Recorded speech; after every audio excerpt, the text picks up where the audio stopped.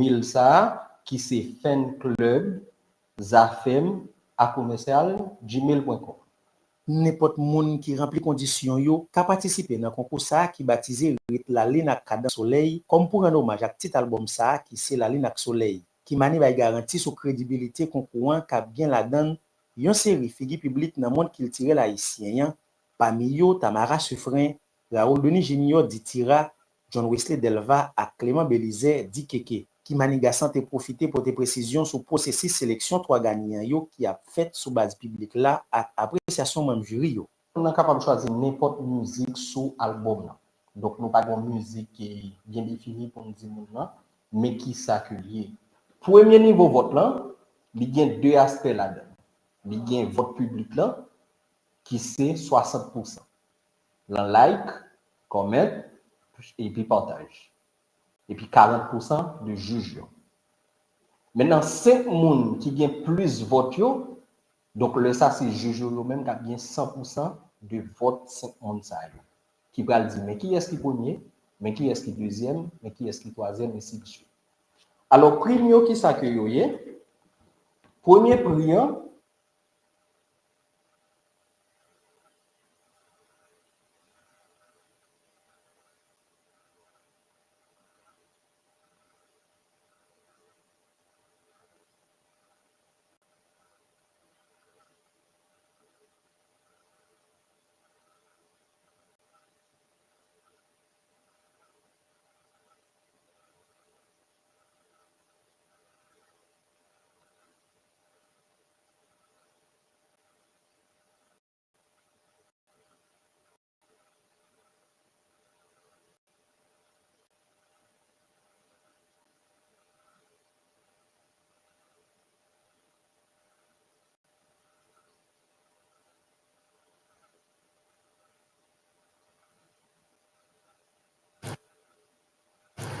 On rend compte que une identité, une bonne unité, une bonne institution que l'État mettait sous pied, il y a un pile loi qui le regarde, forme de ça. Et un pile loi anticorruption. Il pas dit Conald. Ou bon, voilà, Commission nationale de lutte contre la drogue, c'est une entité ou tout. Mais en dépit de présence entité ça, en dépit de l'adoption de toute loi, et ça, donc, ouais, Haïti n'a pas touché la question de corruption. Haïti, comme se dit toujours,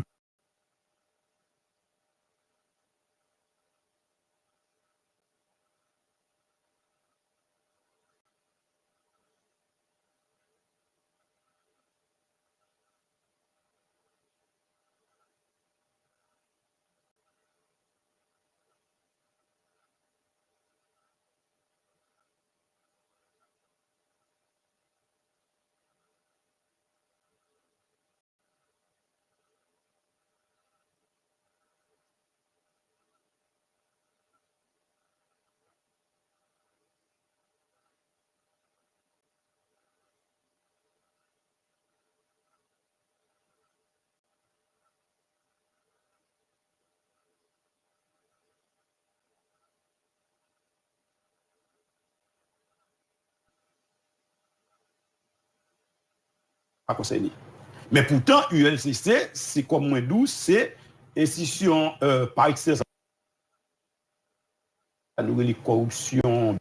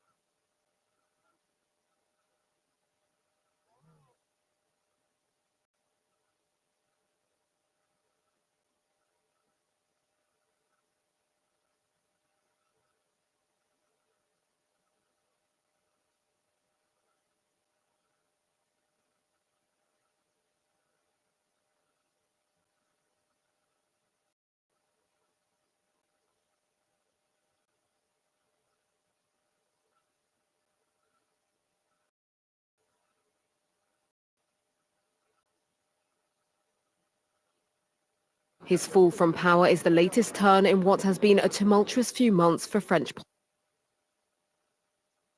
vulnerable position from the start. Snap parliamentary elections in June left the National Assembly without an absolute majority.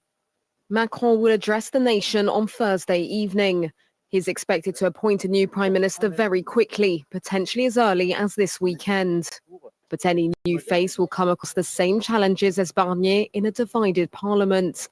A political deadlock which looks set to continue, as France can't hold new parliamentary elections before July next year.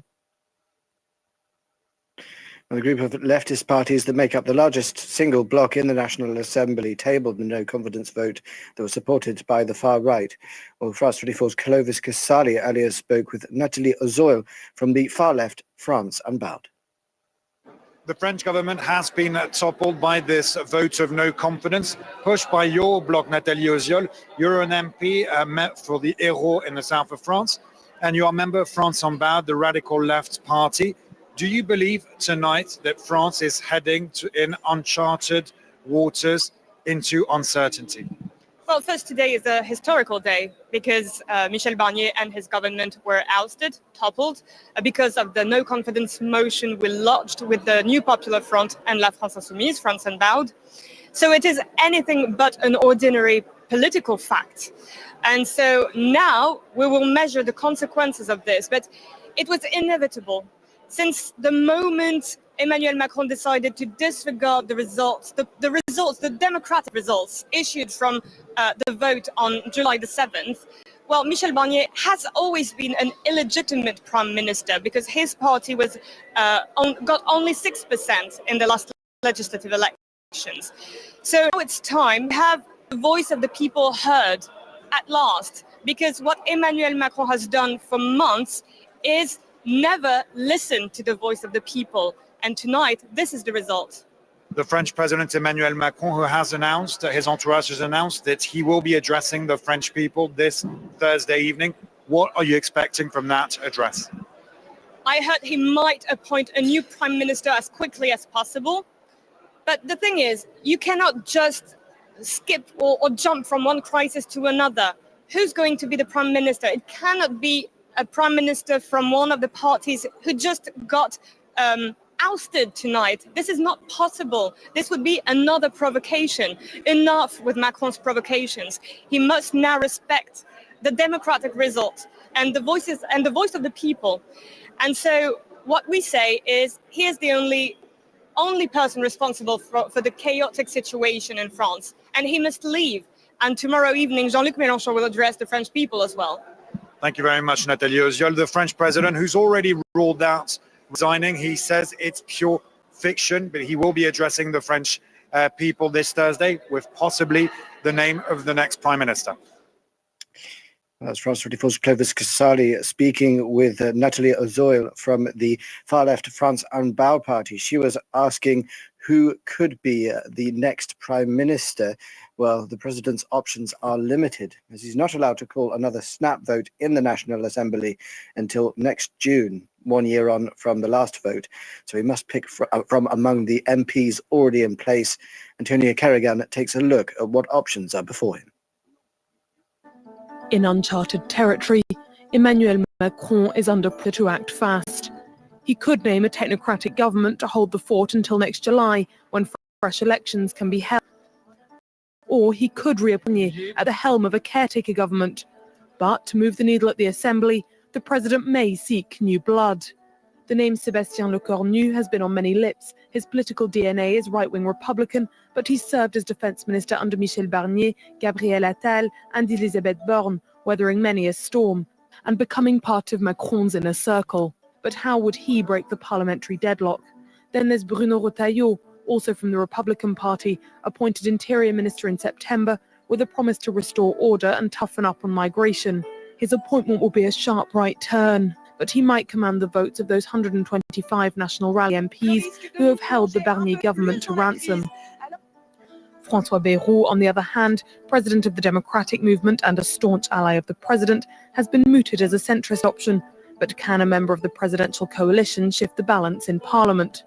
Or might Emmanuel Macron look left, Former socialist Bernard Cazeneuve is in the mix, a man who quit the party immediately when united with other left-wing forces for the 2022 elections and to denounce the formation of the new Popular Front coalition this year, a shift right that cost him the support of left-wing lawmakers. Lucie Castet, who is the new Popular Front pick over the summer, stands, in her own words, ready to govern. But the president didn't entertain the idea for long even then. Emmanuel Macron held nearly 2 months of talks this summer before appointing a prime minister, but an overturned government must leave, and France expects a budget by the end of the year. Amid all the political turmoil, France's powerful unions have called for civil servants, including school teachers, to go on strike this Thursday because of separate cost-cutting measures proposed by their respective ministries. The actions will see many schools closing for the day across the country, along with disruptions at administrative buildings and hospitals. It will also lead to some flight cancellations going out of Paris and Marseille. On now to other world news, and South Korea's politics have taken so many twists and turns over the past day that the story runs even some of the famous K-dramas known for. It all began with the president declaring martial law, accusing the main opposition of sympathizing with North Korea. That was soon voted down by lawmakers who've now launched impeachment proceedings against Yoon Suk-yeol. They allege the whole thing was cooked up to avoid investigations into illegal activities that he and his family have carried out. A candlelit vigil in Seoul continued the mass mobilization against Yoon Suk-yeol. Just hours after the South Korean president declared martial law, he was forced to rescind it, and his political future is on the brink. Fortunately, we could stop him, but the thing is, still those who tried this crazy move, they are still in their seat, and until they step down, we don't feel we are safe enough. These demonstrators are not the only ones who want to see him held accountable. South Korea's largest labour union has called for an indefinite general strike until Yoon resigns. And the country's main opposition has tabled a motion to impeach the president over what they called insurrectionary behaviour. By blocking lawmakers' access to the National Assembly and allowing armed soldiers and police officers to forcibly enter the Parliament building, Yoon has committed the crime of rebellion, undermining the constitution. To be successful, at least 200 votes, or 2/3 of South Korea's 300-member National Assembly, have to support the motion. A trial would then be held before South Korea's constitutional court. If 6 of the 9 met for it to be sustained, Yoon will be removed from office. It was a rapid backfire for the president. Yoon imposed martial law without warning on Tuesday night, vowing to eliminate, quote, anti-state forces. In a few tense hours, armed officers and army helicopters then surrounded Parliament. The country that was chafed under military dictatorship for decades responded swiftly to the bombshell announcement.